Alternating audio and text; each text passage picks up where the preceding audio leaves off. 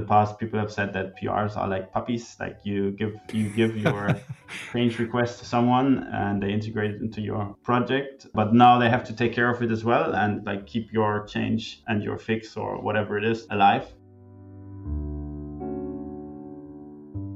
Pull requests are like puppies. Well, quite the metaphor that my guest for this episode, Wolf Vollprecht, used. He was referring to a relatively new tool he created called Pixi. And together with my other guest, Raniere de Silva, we're going to find out what it is and what it's used for.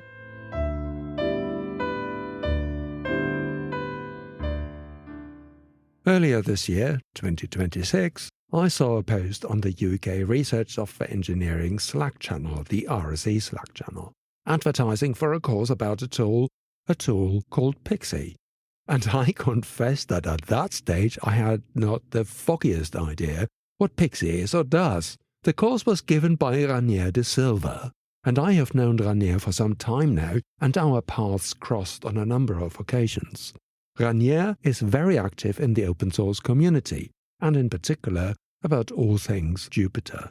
For instance, I saw him at the JupyterCon conference in Paris in 2023. He's also a fellow of the Software Sustainability Institute in the UK. So when he posted this course he offered on Pixi, I contacted him to see if we could have a chat about it in an episode. Maybe I'm the only one who didn't know Pixi at that stage, but I had a feeling that some of you may not be that familiar with it either. To cut it a bit short, Pixi is a package manager, and a relatively new one, 3 years old now, as you will hear. It's developed by an open source company in Germany called Prefix. Having an open source package manager is of course great, but don't we have a few already? I mean, after all, there's Conda, there's Mamba, there's Micromamba, UV, and Poetry, to name but a few. If you want to read more about the different package managers, particularly for the Python language, I included a link in the show notes that you can sink your teeth into if you wish. So there's not exactly a shortage of package managers around, which makes me wonder why a new one and what does Pixi bring to the table. And this brings me back to Raniere and the Pixi course he gave earlier this year, but also to Wolf Vollprecht, who you heard at the beginning of this episode. And he's in fact the CEO of the company behind it all, Prefix. But let's start with Raniere and what brought him to Pixi.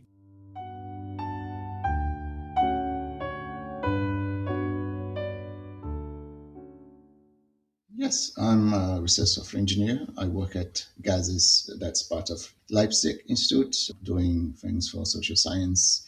As part of my job, I contribute to Jupyter Hub and the Jupyter system broadly. And for that, I use Pixi to aid my development experience. So for how long have you been using Pixi then? Pixi is relatively new. If I'm not wrong, I think it's like 3 years old. So I'm more or less using for the last year. All right, so how did you come across it? What made you actually look for a different package manager? Different language has different package managers. So Python has PyPI, R has Scrum, Debian has apt, JavaScript has Node, NPM, So JavaScript has NPM, Node is JavaScript library. So all these different package managers, and they had been evolving as any software.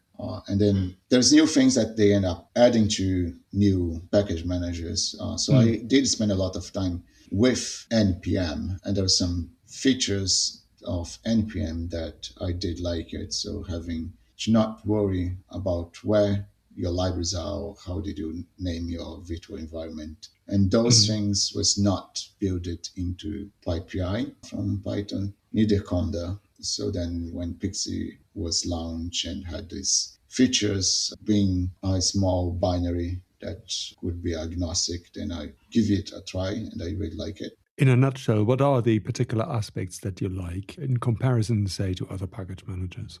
So one is that Pixi is language agnostic. That's one of the things that I do like it. So I can use Pixi for Python, JavaScript, and other Rust. And big disclaimer needs to be done here because Pixi use the Conda ecosystem, the Conda, primarily the Conda Forge, collection of libraries of packaging that people have been contributing the last years. In a similar fashion that apt has the Debian or Ubuntu repository, DNF has the Fedora repository or Red Hat repository. But it's not that every package you have available, but you have a big collection. So as I was saying, first thing is agnostic. The second thing is it comes as a small binary that's easy to install. So I don't need to have a Python installation already. If my machine comes without Python, I can just install Pixi for using. The third thing that I do like it is that I don't need to remember the names of the virtual environments because it installs things locally on the project directory. And the last one is that it has this concept of tasks that can be an alias to do some regular task commands. So it's abstraction level to avoid repetition. Instead of typing very long commands, you can type a smaller one and you can share with people working on the same project. So it reduces to some degree the documentation without reducing clarity. What I find quite interesting is when it comes to Python, I never can remember the names that I give environments. So I think that certainly is a good help. It's a little bit like passwords, isn't it? You can't remember passwords. So you gave a course recently, didn't you, for Pixi? Yeah, so with people from the Digital Research Alliance, as part of my instructor onboarding thing, I did a 1-hour session for them as an introduction to Pixi and showing some of the features. The workshop went well. The trial dry run that they had before was very beneficial for me to clear a little bit of what I wanted on this tutorial and try to organize the timing. The video is available online for anyone that's listening to this podcast and later want to check. But I didn't manage to cover everything. I should have make it slightly longer than what I first expected. Well, I think you always have to make some cuts when you do present something in a lesson, because otherwise people just get overloaded. So, okay, you're using Pixi now, but are there any other package managers you still use, or have you completely switched? In terms of package managers, Pixi had been my primary package manager. My developing users setup kind of thing is I do run distro called Universal Blue. So it's a containerized, immutable distro. So you cannot install things from apt or DNF. So then Pixi is a good fit because everything is on its own project, its own directory locally. And it's easy to install because, as I say, it comes as a small binary. So my Universal Blue doesn't need to have Pixi package already. I can just install it locally. But I still use on other machines Ubuntu. So I used to use apt to install a couple of things. And on my working machine, it's a Windows. So the company uses Chocolate to install as a package manager. So Pixi doesn't replace every package manager. There is some things that Conda couldn't package for different reasons. And then you inevitable end up using your system package manager. That was the question I was asking, because there are certain circumstances in which you still have to use different tools other than Pixi. Now that you've given a lecture or a training course on Pixi and that you've used it for a year or so, are there any areas that it falls short or that you wish it would have? So it's a very new project with a very active team. So it means that things move. I think one of the challenges, when you have your Pixi environment, you still have your system libraries. So if you install something on your system library, Pixi, your work environment with Pixi, you can access those libraries. What, for reproducible purpose, what you would like to have was also to install that with Pixi. So it's this thing that sometimes you cannot install something from Conda Forge because it's not packaged yet. And it's a little bit of too much work to package to some degree. It's more like time consuming in all the different steps. So it blocks you to get your work done. So then you end up using a different packaging from Pixi. So to give you an example, R is the program language. R has a repository called Crum. So R comes with its own package manager for Crum, runs the de facto repository for R, but not 100% of the packages in Crum are available on Conda. So when Pixi goes and you're using Pixi, you might face a situation that R package that you want is available on Crum, but not available on Pixi. So, right, okay. So what I end up doing is that I install R from Pixi for this project, and then on a Pixi virtual environment from R, I call Crum to install this missing package. But it means that the beautiful that Pixi brings of having everything encapsulated and reproducible is not 100% achieved, because there's this one library from Crum that I'm bringing later on the process. Well, as you said, it's quite a new project and quite a new product, so it probably will happen at some stage, or might happen at some stage, to include more packages. Going back to the course that you gave, what was the reception? Because I remember my days, there are all these different tools, workflow tools, as well as package managers for Python alone, and it gets a little bit confusing. So what did the participants actually think? And what is your experience of the uptake of this new tool? One of the nice things about Pixi is that it is OS, operation system agnostic. Python, PyPI, and Archon is also like system agnostic. But one of the things is for R and for Python is that depending on your system, it do things slightly different. So to get concrete examples, if you're on Linux and you use R to install Crum, some libraries will compile the whole source code for R, for C or Fortran. But if you're on Windows and you use Crum to install it, you just get a binary version of all those precompiled C and Fortran codes. So that's one of the things that, for example, Pixi already has and brings the compiled version for all the different operation systems. But the other thing is Pixi allows you to include specific rules for different OS. So when you know that specific library doesn't work with a specific OS, you can customize rules to install alternative libraries that are compatible for your project. Back to your question, I think I deviate a little bit.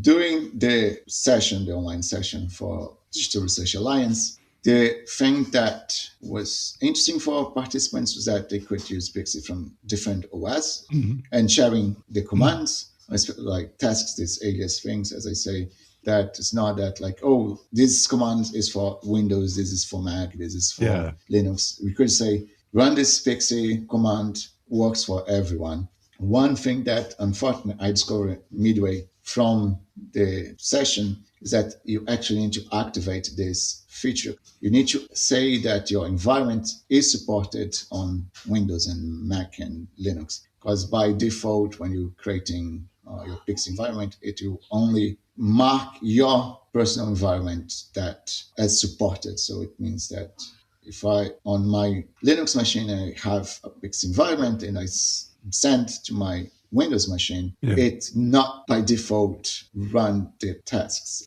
I need to mark that Windows is supported. But that was a lesson learned.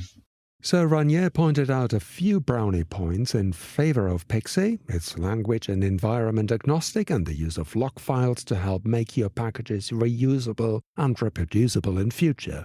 So let's turn to Wolf next. After all, he and his company Prefix are behind it all. Ironically, Wolf has also been behind another package manager called Mamba, which I mentioned earlier, so I was quite keen to speak to him about Pixi.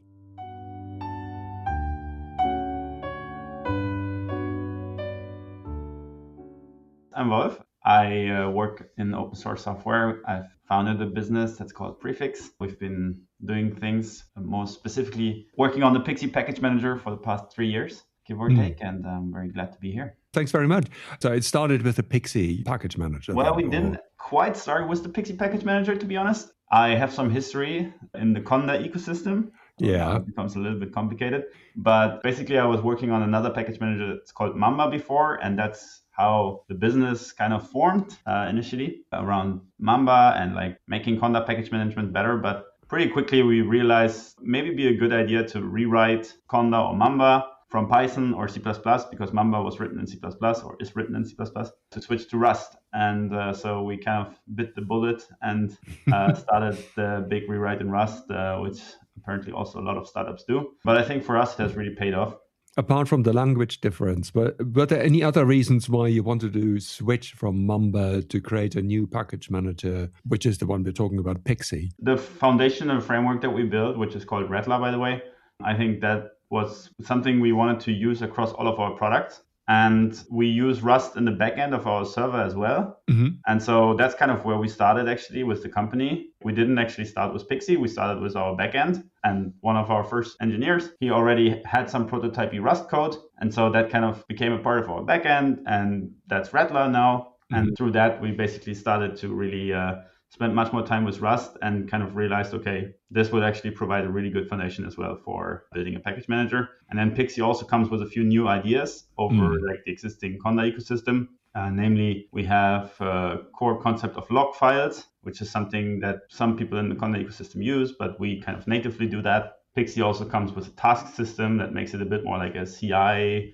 or just file or Mise replacement, and a lot of other pretty cool features that none of the other sort of Conda package managers have. They are usually a bit more bare bones. So what is it about the Rust language that you think helps with Pixi? Memory safety is one of the crucial things that we wanted for our backend, where we wouldn't have trusted C++ code enough. Also, there's not really a big ecosystem of libraries in the same way that Rust has it in the C++ world. For example, if you want to build a server, obviously you can in C++, and people do that. And you can use large frameworks like Boost, but in Rust, you get like very small building blocks that you can pick and choose from, and that are also very good for like different kinds of things like server development or parsing of structs and JSON and YAML and all kinds of different configuration files. And that's all ingredients that you need to build package managers. So a lot of the small building blocks are already there in Rust. And then on top of that, you get a lot of interesting building blocks for low-level programming, like to do ref links or hard links or symlinks on file systems. And you get a lot of speed through parallelization that you can do because everything is like thread safe and memory safe. And that's just more fearless concurrency than what you get in C++. But the new package manager, because we already have package managers. I mean, there's the one with Conda, there's Mamba that you worked on. I think there are others as well. So isn't it getting a little bit confusing for users, for Python users, that actually to deal with all these multitude of different package managers, and how can they actually choose? I think that's definitely one of the reasons why we were initially hesitant to actually do it, because we didn't want to add to the confusion. But I think now we're just trying to, like Pixi is quite far away from Conda and Mamba in terms of how you use it. We use the same underlying packages, but everything that we built on top and the user interface or developer like CLI interface is quite different. So I think it kind of stands on its own. And we also try to like make it less confusing by, saying just use Pixi and don't care about anything else. But yeah, like there's definitely some confusion and some learning curve when you enter the Conda ecosystem. Like, okay, wow, there's like a multitude of package managers that you can choose from.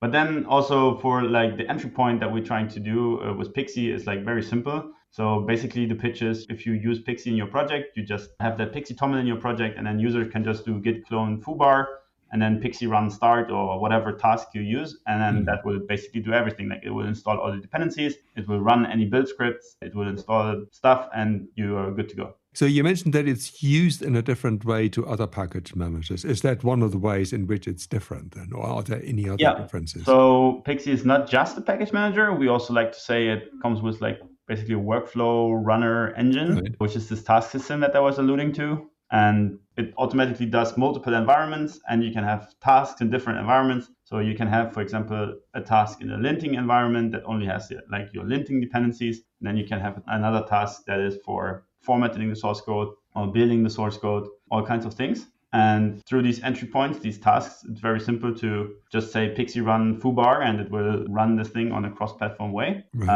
And tasks can also get more complicated by depending on other tasks. So it almost becomes a bit like a makefile or something like this. Is there in the spirit of continuous integration, continuous deployment, then that you see this workflow being used then in practice? Basically, if you use Pixi, you don't need to write like a GitHub action. All right, okay. Which might actually be useful because some people may not use GitHub.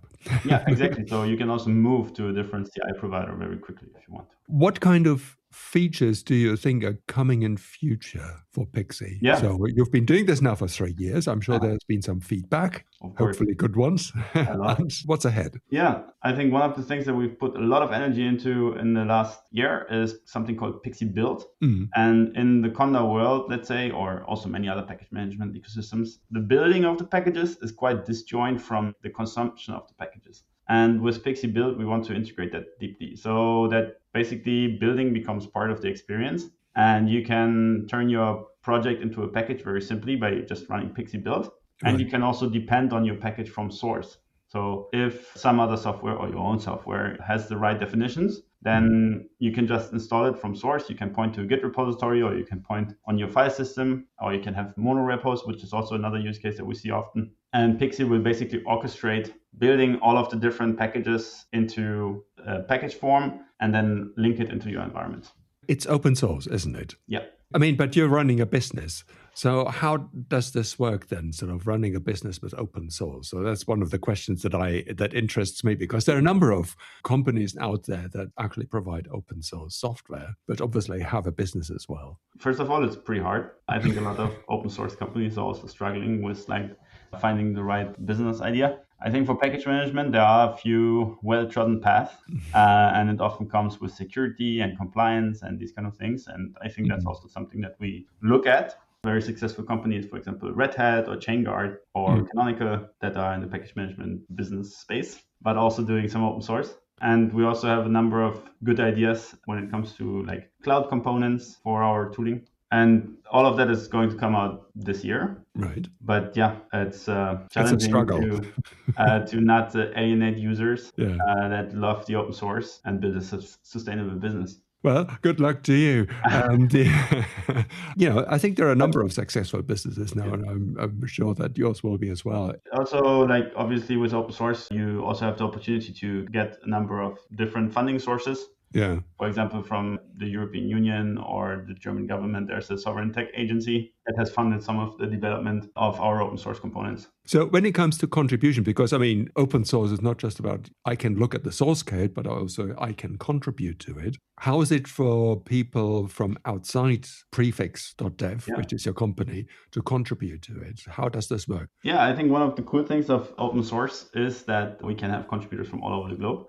And we love to build in the open. So I think a lot of the changes that we make or want to make are first proposed to the community that is on Discord and GitHub. And so we discuss the proposals, and we manage most contributions through GitHub. Yeah, we have loads of issues and loads of PRs that come in from anyone.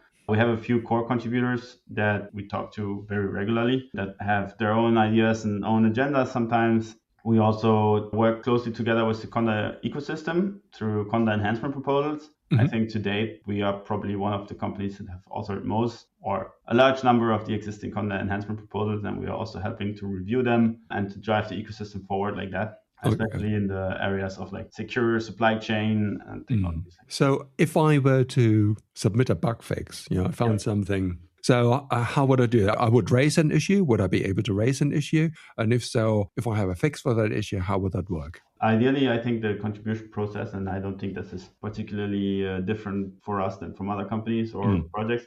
You would first open an issue and talk about the things that you want to do and get some feedback, perhaps from maintainers. If you're already an expert in Rust, you can also just go ahead and create the PR yourself. And then create a PR, and the PR will get a review from one of us, and then we will merge it and approve it, or another round of feedback. There's an interesting social construct in how open source works, and there's also a give and take relationship between someone who contributes and someone who accepts the contribution. And in the past, people have said that PRs are like puppies. You give your change request to someone and they integrate it into your project. But now they have to take care of it as well and keep your change and your fix or whatever it is alive. And so I think that's also something that people that come to a new project need to be mindful of, especially also in the age of AI. It's become easier probably to make pull requests, but it's also more taxing on the people that try to review things. Oh, right. Okay. That's an interesting question. Have you actually seen an increase in contribution and submissions because of AI-assisted coding? I think we can say yes, yeah. We definitely see an increase. I don't think it's all terrible, but sometimes it is terrible. Okay. Yeah, I mean, generally, I am quite excited about just having more contributions and more fixes coming in, but it has to be manageable and it has to be good and well tested and tested by the person who submits it as well. And I think Okay, that's so you have something- to submit a test ideally as well. well, and together with the also new run tests functionality. locally. Right. Like make sure that the thing that you're proposing looks good, works good. That's the thing that it says on the tin. Finally, how easy or difficult is it to convince people to use a different package manager? Have you met some resistance? Definitely. Right. I think basically in the Python and Conda world, there's always been a bit of a struggle between these two ecosystems, if you want to say. Like it's almost like siblings. For the history, like basically the Conda ecosystem came a little bit earlier, at least with binary packages, than the Python ecosystem itself. And that was one of the initial struggles. And so a lot of people associate the Conda ecosystem with Python, which also is not quite true. The Conda ecosystem can handle many more packages than the Python one if you want, like just regular binary packages for any kind of language like C++ or Haskell or whatever you want. But a lot of people don't see that. And they think of Conda or Pixi as Python package managers. So I think that's where some resistance sometimes comes from, because if there's a misunderstanding of basically what our package manager does, and then people are confused. Also, a lot of people don't want to change, like they don't want to change from Conda to Pixi because they love the way that Conda works and they love the CLI and they're used to it for the past 2 years, and I understand that and I think we respect that, and we don't want to enforce our choice on anyone. But recently, we've seen a lot of adoption, especially in the scientific Python ecosystem, where adoption becomes quite easy once a big project has the Pixi TOML in the root of the project. It makes life so much easier for contributors to just check out the project and run it. And I think that's basically how things are spread. Well, that's good news that is spreading. And I'm going to talk to somebody about its adoption in science, actually, a little bit later. Cool. Yeah, in science, we see a lot of adoption as well. Like people love the fact that we have this log file. And that's just so different from Conda, because Conda doesn't natively have a log file. So you don't really know what versions of things you're getting. And if you use Pixi, you know exactly what versions, and it's very reproducible. And if you have a scientific experiment that you run today, you can run it in 10 years. You can run the same code over the same data and it will produce the same results. If you're interested in giving Pixi a go, there are a few links in the show notes you can follow up on. As we said during this episode, it's open source, there are tutorials and plenty of documentation to help you get started. Changing a package manager is a little bit like fiddling with a core engine, isn't it? You don't really want to mess that one up. So you may well decide to stay with whatever package manager solution you're currently using. On the other hand, there's no harm in checking out new stuff, is there? Next week, we're going to return to one of our bite-sized sessions, and with my guests Sarah Gibson and Jeremy Cohen, we're going to dive into the world of web pages. Specifically, web pages created by and hosted on GitHub, the repository service. Why use GitHub for creating and hosting your website? And how do you do that? To find out, I hope you tune in then. And if you'd like to take the online course, look for the online registration on the RSE Slack channels. I hope to see you then. Thanks for listening.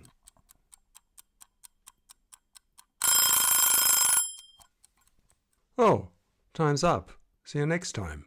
But before I forget, this podcast is covered by the Creative Commons license. See ya.